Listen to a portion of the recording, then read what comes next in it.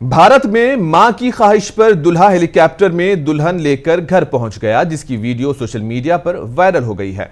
Media report के मुताबिक अनोखी शादी हरियाणा के जिले पंचकुला के रायपुर रानी इलाके में वाक़ धुंदरदू गांव में हुई है, जहां साहिल नामी दूल्हे ने दुल्हन को हेलीकॉप्टर में घर लाकर वालदा का देरीना ख्वाब पूरा किया, जिसकी वीडियो ने लोगों के दिलों को छू लिया। जब दुल्हा दुल्हन को लेने हेलीकॉप्टर में पहुंचा तो ये मंजर देखकर गांव वालों के हैरत की इंतहा नहीं रही। दूल्हे ने इंकिशाफ किया कि 2012 से इसकी मां का ख्वाब था कि वो अपनी बहू का हेलीकॉप्टर के जरिए इस्तकबाल करे, और उस वक्त उसने कहा कि वो एक कमरे के घर में रहते थे, लेकिन उसके बाद उससे हालात बदले। साहिल की बारात 7 अप्रैल को यमुनानगर से रायपुर रानी तक गई और उस मौके पर सिक्योरिटी के सख्त इंतजाम किए गए थे। पुलिस एहलकार, फायर ब्रिगेड की गाड़ियां और एम्बुलेंस भी मौजूद थी। साहिल ने फख्र से बताया कि इस हेलीकॉप्टर के ख्वाब को अपनी मां के लिए पूरा करना एक खास लम्हा था।